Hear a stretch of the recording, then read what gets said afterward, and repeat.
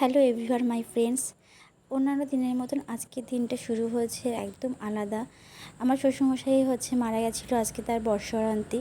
তো তিনি 1 বছর হয়েছেন যে তিনি আমাদের ছেড়ে চলে গেছেন। এদিকে সকালবেলা জলখাবারের রেডিও হয়ে গেছে।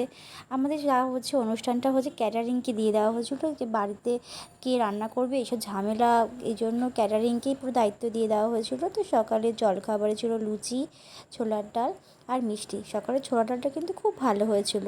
যথারীতি বলে না যে যেহেতু বাবা মারা গেছেন, তো যিনি মারা যায় তাকে আগে প্রথমে খাবারটা উৎসর্গ করে তারপরে পরিবারের সবাইকে খেতে হয়। তো সেই রকম আমি আর আমার হাজব্যান্ড বাবার জন্য খাবারটা গুছিয়ে, বাবা যা যা ভালোবাসতেন সেই রকম তার পুরো খাবারটা গুছিয়ে বাবাকে খাবারটা দিয়ে এসে পিছন পিছন আমিও গেছিলাম হাতে জল নিয়ে।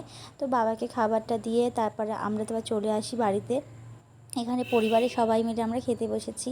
কাকা শ্বশুর, দেওর, আমার হাজবেন্ড, কাকি শাশুড়ি, পিসি শাশুড়ি সবাই খেতে বসেছি।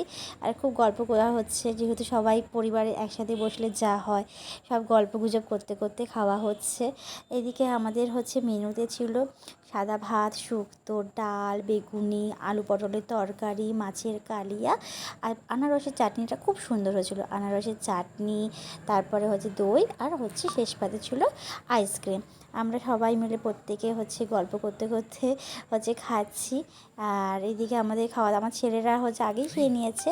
তো খাওয়া দাওয়া করা কমপ্লিট হওয়ার পরে আমরা আবারও বাবার ফটোর সামনে বসে সবাই একটু টুকটাক গল্প করে আজকের দিনটা সবাই কথাবার্তা মোটামুটি একটা গল্প গুজব করে আজকের দিনটা এরকম টাটা বাই।